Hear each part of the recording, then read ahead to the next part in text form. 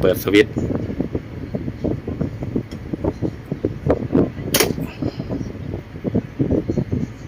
เห็นตัวร้อนใช่ไหมขึ้นมาแล้วครับโอเคตัวคาปาซิเตอร์ช็อตโอเคครับ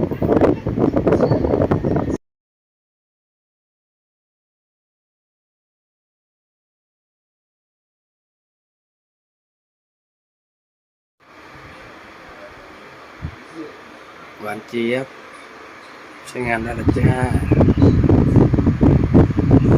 ว้าว